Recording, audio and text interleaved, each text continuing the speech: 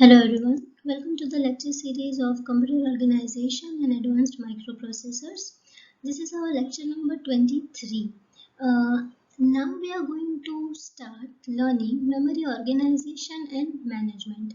So far we have learned so many different things like about the computer architecture, like von Neumann architecture, different CPU functional, about the different functional units of CPU, interrupts, bus concepts we understood will be discussed, then binary information, signals, logic, and Boolean algebra.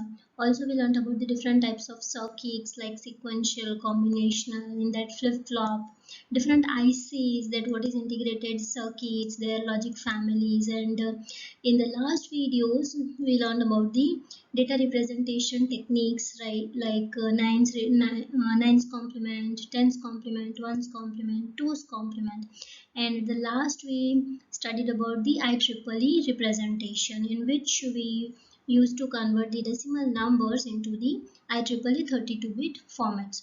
So far whatever we have learned, it was all about the internal processing things and some functional units, right? Now it's time to learn about the memories, right? We know about the circuits, we know about the different parts of the computers, but how actually computer stores all this data, right? And what is that component? That is a memory. So now we learn about the memory organization and management. This is our introductory lecture. So in this lecture we will just take a brief idea about the what is memory and how does it work. So let's start the memory organization and management. Okay, so before we start with the computer memory, let's understand the human brain and we'll relate with it with the computer memory. So human brain is a super intelligent, right? We know, an amazing organ of our body. It helps do all the calculations, we make decisions by using that control, and also it controls all other organs of the body. It also stores and retrieves the information. So the human brain can store the information in the brain cells, right? We know this, and and it is true in the different parts of our brain. So we can also retrieve this information depending upon the how that information is stored in our brain, right? Because sometimes it happens that we know something, but we try to recall that thing, means we don't know that in which part it was stored. So even our brain stores the information in different parts. So the human brain can also store and store the information in a temporary and permanent memory in the brain cells. Then that is the reason that sometimes we forget the things completely, right? So there is also a temporary and permanent memory type. So this is about the human, and similarly the computer system also makes use of the both temporary and permanent memory depending upon the type of the data and the program instructions. So the information is stored or discarded after its use. About the different types of memories we'll see in the later videos, but this is how we can correlate the human brain and the computer memory. As we know that the computer memory is one of the most vital component of the computer system, and the computer memory is an important resource which is normally managed by the operating system. So the computer memory unit consists of different types of memories. As you can see in the diagram, that there are multiple types of memories, and they are organized in a hierarchical order in order to optimize the processor performance. Like hard disk is there, then RAM, then cache level 3, cache level 2, and then CPU, which contains the cache 1 level and the register. So there is a technical reason. There is the reason is the to optimize the processor's performance, and this is the reason that how different memories are organized. So in computer architecture, the computer memory unit closely works with the processor, and the system makes use of different types of memories during the program execution. Because when you say that you are executing some operation, in that case all the memories come into the picture.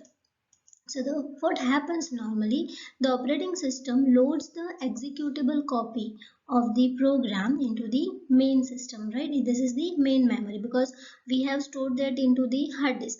Then it will be loaded into the RAM, that is the random access memory. Then the CPU then initiates the program execution with its internal process, whatever the process it is, and we call it instruction cycle. About the instruction cycle and how it executes the instruction, that all we will see in the later videos. But this is how basically all the different types of memories are organized inside the system. So this is basic idea about the organization of the computer memory. Now let's see some basic points of computer memory. The memory cell is the fundamental building block of computer memory, right? Because we know that we know memory cell. Without memory, we can't work with the computer. So it's a fundamental building block. Then a memory cell is an electronic circuit that stores one bit of binary information. This is very important thing. When you say that so and so memory, so and so capacity, but that memory is nothing but the electronic circuit. And now we know about the electronic circuit, and also we know that electronic circuit can store the bit. Remember that which electronic circuit can store the data, and all, that is 2 single bit. Yes, you are right, that is the flip-flop, right? Yes, and it sets to the store a logic 1, it means the high voltage level, and reset to store a logic 0, that is the low voltage level. This also we have already discussed, and its value is maintained or stored until it is changed by the set or a reset process. Till the suppose it has a 1, but till the time we are not changing it, it will remain 1 it is. In this given image, you can see that there are input unit, memory unit, and output unit, and all are connected with the control unit. So basically, what happens? A memory unit, we know that it's an essential feature, right, for all the computer system. And the computer memory also can store the information, that is the data. Along with the data, it also stores the instruction. Instruction means our computer programs, right? So a computer system needs a program to perform specific operation on the computer system. And what happens? Operating system allocates all the necessary resources to execute that program in terms of memory space and the CPU processing time, everything. So it's a job of the operating system. And what happens? CPU initiates the program execution just by the fetching the program instruction and data from the main system, that is the RAM, because when CPU is working, when CPU is executing something, it needs to fetch that data. So during the program execution, the computer CPU fetches the data and program instruction into the processor's internal memory. In the previous slide, we have seen that inside the CPU there are registers in the cache 1 level. So what happens when processor fetches the data? It stores it in its internal memory and then operates on the data as per the program instructions. So, and after processing it, after the processed data, then either sent to the output device or stored into the computer system, depend, right? So for the permanent storage for the future use. So this is how actually computer memory works along with the input, output, and the processing devices. This is the basic idea about the computer memory. Okay, so it was all about the how different computer memories are organized and how they work together. In more detail, we'll see in the next coming lectures. So happy learning. Thank you.